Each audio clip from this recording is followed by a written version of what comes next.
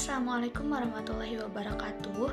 Saya Syifa Aulia dengan NIM 2402664 dari Prodi Pendidikan Fisika kelompok 5. Nah, pada video kali ini saya akan mempresentasikan hasil dari praktikum karakteristik induktor dan potensiometer.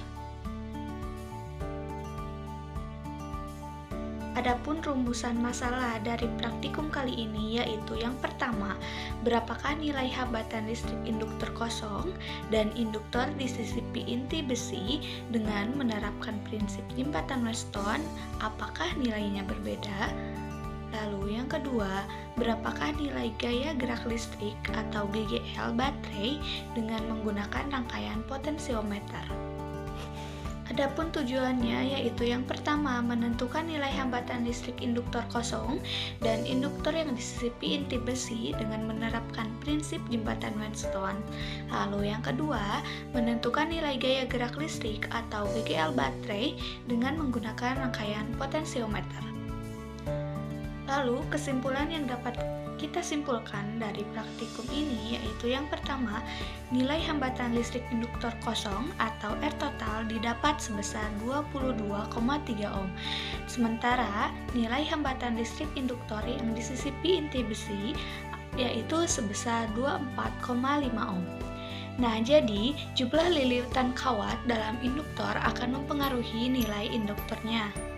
Lalu yang kedua, nilai GGL baterai yang kita peroleh dari percobaan pertama yaitu sebesar 1,8 volt, lalu yang kedua sebesar 1,5 volt, dan pada percobaan 3 didapat sebesar 1,08 volt.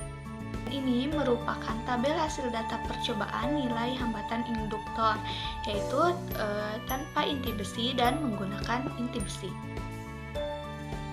Nah, kenapa sih nilai hambatan induktor kosong berbeda dengan nilai hambatan induktor yang dililiti kawat? Nah, jadi semakin banyak lilitan kawat yang digunakan, maka medan magnet yang bekerja juga akan semakin kuat. Nah, medan magnet yang kuat tersebut itu juga bisa membuat luas dari induktor menjadi meningkat dan akan mengubah nilai induktor tersebut. Makanya nilai induktor yang di sisi pi besi itu lebih besar daripada nilai induktor kosong. Ini merupakan sketsa rangkaiannya. Nah, pada gambar pertama itu merupakan hambatan tanpa inti besi. Bisa kita lihat dari gambar ini yaitu R1-nya sebesar 200 ohm, lalu R3 sebesar 2,3 ohm dan R4-nya sebesar 20 ohm. Nah, kita bisa mencari R2-nya yaitu dengan menggunakan rumus R1 dikali R2 dibagi R4 sama dengan R2 dan bisa kita masukkan lalu diperoleh R2-nya sebesar 23 ohm. Nah, lalu gambar yang kedua ini yaitu yang di sisi pi inti besi. Yang R1-nya yaitu sebesar 200 ohm, R3-nya 2,7 ohm dan R4-nya 22 ohm. Nah, kita juga bisa mencari R2-nya dan didapat sebesar 24,54 ohm. Nah, nilai hambatan listrik induktor ini bisa diuji keseimbangannya. Nah, yang pertama, nilai hambatan listrik induktor kosong dengan menggunakan rumus R1 dikali R3 sama dengan R2 dikali dengan R4. Kita masukkan nilainya, lalu didapat hasilnya 460 sama dengan 460. Nah, maka VCD itu sama dengan 0. Lalu yang kedua, nilai hambatan listrik yang di sisi pi inti besi juga sama. Kita menggunakan rumus R1 dikali R3 sama dengan R2 dikali R4. Nah, nilai yang didapatnya itu sama, 540 sama dengan 540. Maka VCD itu sama dengan 0.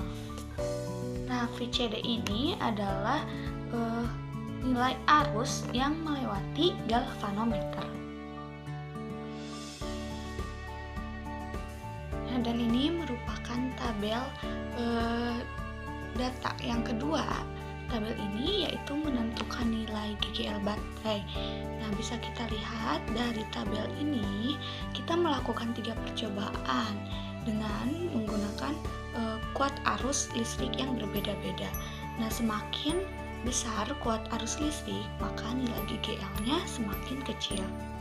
Mungkin segitu aja yang dapat saya sampaikan. Terima kasih, mohon maaf bila ada kesalahan. Wassalamualaikum warahmatullahi wabarakatuh.